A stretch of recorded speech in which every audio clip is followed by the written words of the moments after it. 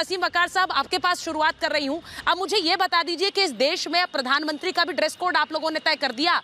अब प्रधानमंत्री का भी एक ड्रेस कोड होगा और वो मजहबी रंग का होगा।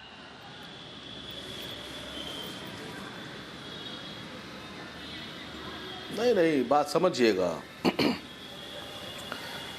असद साहब ने जो स्पीच दी थी उसको सुनिए। उन्होंने कहा हिजाब पहनकर डॉक्टर भी बनेगा, इंजीनियर भी बनेगा, बाकी और भी नाम लिए।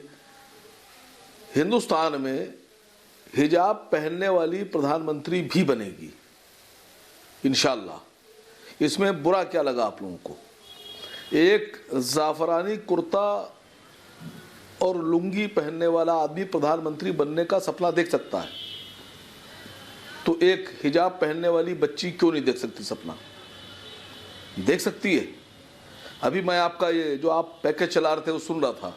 असीम वकार साहब, पहनावे से ज्यादा पहनाने वाले हर बच्ची देख सकती है। इसमें एक लाइन और जोड़िए, एक लाइन और जोड़िए।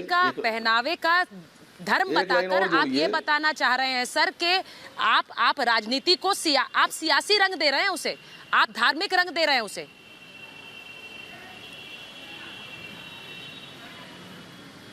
देखिए मैडम, या तो मैं आपको सुन लूं, वैसे ही आपने 8-10 मिनट लिए हैं, या आप मुझे सुन लीजिए, मुझे बोलने दीजिए, फिर काटिएगा।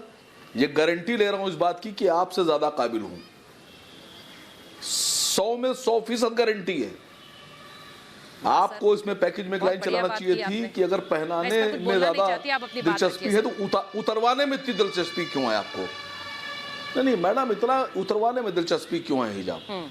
मैं या मेरे नेता ने ये तो नहीं कहा कि जबरदस्ती किसी को पहनाओ।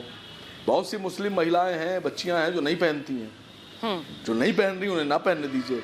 लेकिन जो पहन के जा रही हैं, क्या उनके पीछे 100 आदमी झुंड बनाकर धार्मिक नारा लगाएगा, उनको ट्रोल करेगा सड़क के ऊपर?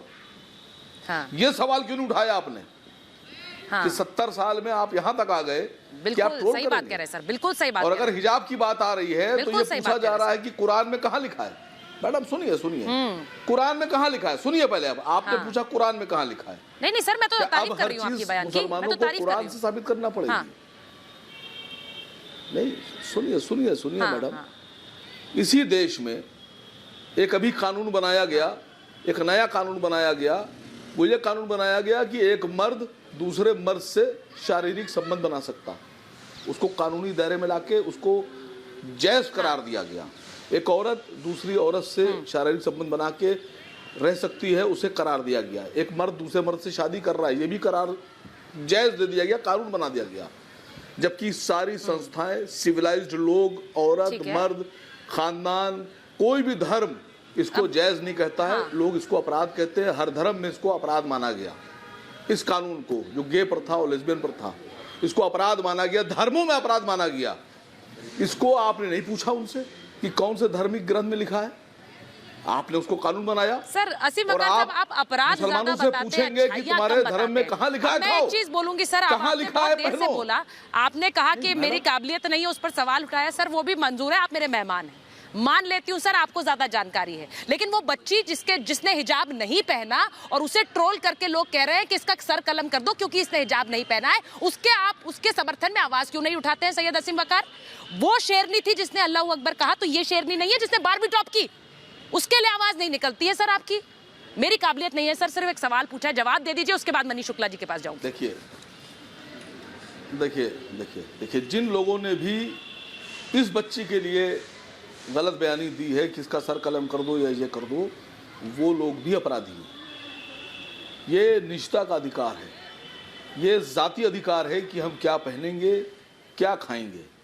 हमारा देश का संविधान भी ये आपको हुक्म देता है, ये इजाज़त देता है कि आप कोई भी ऐसी अश्लील चीज़ पहनकर समाज के बीच में ना आए।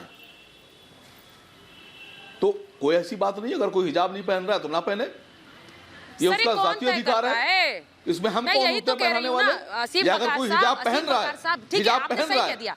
तो हम कौन होते हैं उतरवाने वाले? एक तो बहकावा इस बात का है कि भाई लोगों के हिजाब उतारे जा रहे हैं। पहली बात तो मैं इसको बार बार अपने महाभारत में क्लियर करती हूँ, लोगों के हिजाब खींचे नहीं जा रहे हैं सर।